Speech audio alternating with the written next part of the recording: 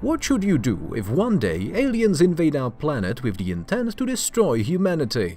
Now you'll get a plan of action from the recap of Independence Day 2 Resurgence. The former president of the United States has a nightmare about aliens. He wakes up and screams in terror. His desk is covered with a pile of papers with circles drawn onto them. We learn that 20 years ago the Earth was attacked by aliens who nearly wiped out all of humanity. People managed to win, and now they live in peace and harmony, actively using flying transport. Dylan Hiller shows up at the White House. He is the son of Captain Hiller, who saved the planet from aliens back in 2004. We find out that young Hiller has also become a pilot. Then we see a lunar space tug transporting weapons to the Space Defense Station. There are two pilots on board. They dock and unload the cargo, when suddenly they get into trouble. The clamp malfunctions, and the cargo begins to fall onto the lunar base. One of the pilots, Morrison, tries to catch the cargo and prevent it from falling. He succeeds, but instead of praise, the pilots are reprimanded and suspended from flying. We learn that an alien prison has been built in Secret Area 51. The aliens start behaving rather strange for the first time in 20 years. Normally, they remain motionless, but suddenly they become hyperactive. In the meantime, scientist David Levinson arrives in Africa and discovers an alien ship that has been left from the previous invasion. A few days ago, the power was suddenly turned on there. According to the Africans, the ship has been drilling the Earth's crust for a long time to extract resources. Levinson finds the beacon left by the aliens and realizes that they might attack Earth a second time at any moment. A squadron of fighter pilots led by Captain Hiller arrives at the moon. At this time, the very pilots who nearly dropped the lunar cargo are having lunch at the local canteen. One of them, Miller, admits that he has fallen in love with a Chinese pilot, but Morrison immediately tries to leave after noticing Captain Hiller. The commander shows up, and Morrison lies that he slipped and fell. A little later, we find out that he wanted to lead a squadron himself and even cut in front of Hiller on the preparatory flight. As consequence, Hiller wrecked the ship and almost died. In the hospital of Area 51, a doctor visits a scientist who has been in coma for 20 years after contact with aliens. Suddenly, he wakes up. The scientist is shocked at how much time has passed. Meanwhile, the serviceman detects an unknown object near Saturn. Also, they lose a satellite there. In Africa, Levinson's acquaintance named Catherine shows the scientists a mysterious symbol that has been remarked in visions of people who have had contact with aliens. The head of the local militants who have been fighting the aliens for 20 years invites Levinson to his base. There, the man confesses that he has also received some kind of a message in his dreams and has already drawn a mysterious white ball based on them, as well as partially translated the alien language. Meanwhile, a large spherical ship is approaching the moon. Levinson notices that this object is very similar to the drawing of the old African leader and asks not to attack it. However, the US president orders to shoot the ship down with plasma beams. On impact, it splits into pieces and falls into one of the lunar craters. Pilot Morrison hijacks one of the space tugs and flies to Earth in order to meet Levinson. He offers to explore the wreckage of the downed sphere together. Levinson's assistant, Catherine, and even the leader of the African militants accompany them. They have to fly through the remains of the destroyed alien ship, but still successfully land on the moon and find another small mysterious orb. Levinson intends to investigate it in the lab. At the same time, the US Independence Day celebration begins. The former president also comes to the ceremony. He is about to warn the people about something important, but he doesn't have enough time. He has a seizure and loses control of himself. The same happens to everyone who drew those circles. At that very moment, a giant ship larger than the moon itself approaches the Earth. Levinson and Morrison rush to their tug and urgently fly away, scrambling through the piles of wreckage. The alien ship is attacked with a plasma beam. However, it has no effect. The enemy object retaliates and completely destroys the lunar defense station. Only one squadron, led by Captain Hiller, manages to escape. An attempt to destroy the ship by a system of combat satellites also proves unsuccessful. The ship destroys all of them with a scattered strike before entering the Earth's atmosphere. With the help of gravity, it raises many cities of Asia into the air. However, everything that was raised must also fall. Skyscrapers, people and cars are collapsing. On Europe, a real apocalypse. The surviving fighters fly to Area 51. Levinson gets a call from his father. He tries to sail away from the alien ship in his boat, but a wave hits him. A little later, the man and his boat are found on the shore, unconscious but alive. The giant spaceship plunges into the Atlantic Ocean, incidentally destroying many cities on the east coast of the United States. Captain Hiller flies to Washington to save his mother, but fails to do so in time.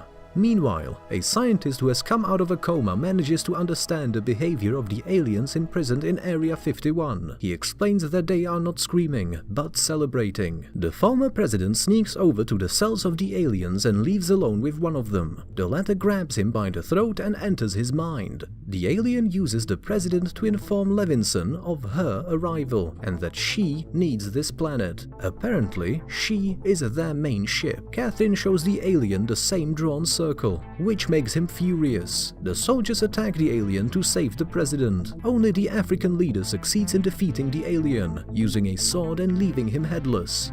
After obtaining the picture of the alien spacecraft, Levinson concludes that the spaceship itself looks like a hive, and that they have managed to locate their queen. The spaceship uses a giant plasma laser as a drill. Apparently, the aliens intend to destroy the Earth's crust, reach the core and melt it, forcing the Earth to be destroyed. The humans decide to attack the alien mothership, just as they did 20 years ago. The pilots have a briefing session. Their squad will be led by Dylan Hiller. He delivers a passionate speech, after which everyone goes on the attack.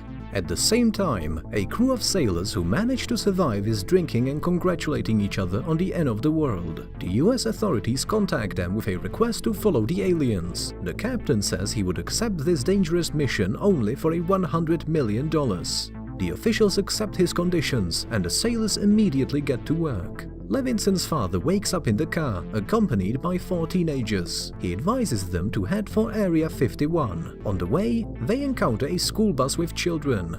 Their driver has fled, leaving the passengers to their fate. Levinson's father gets behind the driver's seat and drives them all to Area 51. At the same time, the fighters approach the alien ship, but it loads the cannons and initiates a firefight. The pilots are about to enter the ship and detonate a superpowered thermonuclear charge. The former president regains consciousness and asks to warn the pilots that the Queen is waiting for them inside and has set a trap. The pilots have engine failures, fighters crash, the connection with them is interrupted, and the attempt to blow up the ship from inside fails as well. The enemy ship emits a huge magnetic wave and destroys the orbital satellites. Communication at the base is completely lost. One of the alien ships attacks the base at Area 51. The aliens break in and a fierce battle ensues. Catherine, along with the African leader, deciphers the aliens' message and realizes that the mysterious circle makes them horrified.